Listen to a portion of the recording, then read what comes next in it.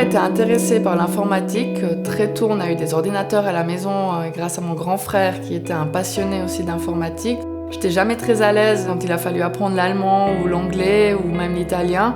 Par contre, le langage informatique, non, ça allait tout seul. Donc je me suis dit, ça doit être fait pour moi. Je m'appelle Carole Survera et je suis informaticienne à l'Observatoire de la santé. Mon métier, c'est d'accompagner les infirmières et infirmiers dans les EMS, les CMS, la santé scolaire, dans l'utilisation de la solution informatique que nous avons mis en place pour les aider au quotidien. Après l'école d'informatique, j'ai travaillé chez Swisscom pendant 8 ans.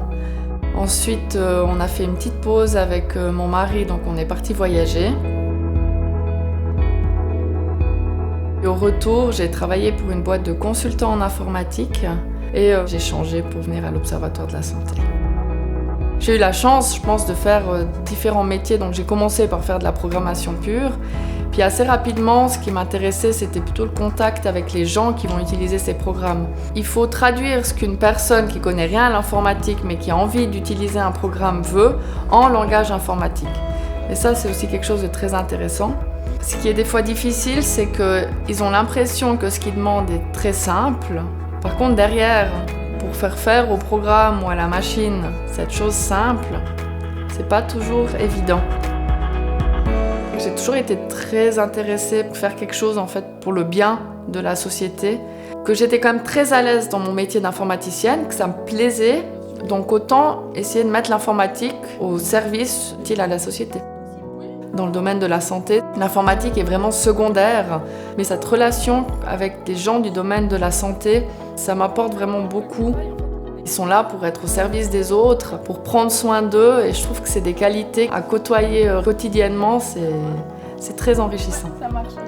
Le plus gros problème qu'ils ont, c'est qu'ils manquent de données. C'est pour ça qu'on met aussi en place ces projets, pour récolter en fait des données sur lesquelles ils vont pouvoir faire des statistiques pour après améliorer la politique au niveau de la santé. Donc c'est un petit peu cette pierre-là que j'aimerais amener à l'édifice. C'est bien qu'à mon poste, je sois une femme. C'est pas toujours des discussions faciles et les gens sont moins nerveux ou durs quand ils ont une femme en face d'eux que s'ils avaient un homme en face d'eux, à mon avis. J'ai eu beaucoup de chance parce que j'ai travaillé dans des entreprises où cette différence homme-femme, elle n'était pas tellement importante. J'avais déjà le même salaire que mes collègues masculins, c'est lié au fait au poste et aux compétences. Concilier la vie de famille et la vie professionnelle, c'est pas toujours simple. L'avantage de nouveau avec ce métier, c'est qu'on peut facilement travailler à un pourcentage réduit. Aujourd'hui, je suis à 60% et puis dans quelques années, réaugmenter mon temps de travail sans trop de problèmes, je pense. Pendant toute ma carrière professionnelle, j'ai pas eu peur de démissionner parce que j'étais convaincue de retrouver du travail facilement. Avec les compétences qu'on acquiert en informatique, donc je dirais qu'il n'y a pas de limite quand on choisit la filière de l'informatique après.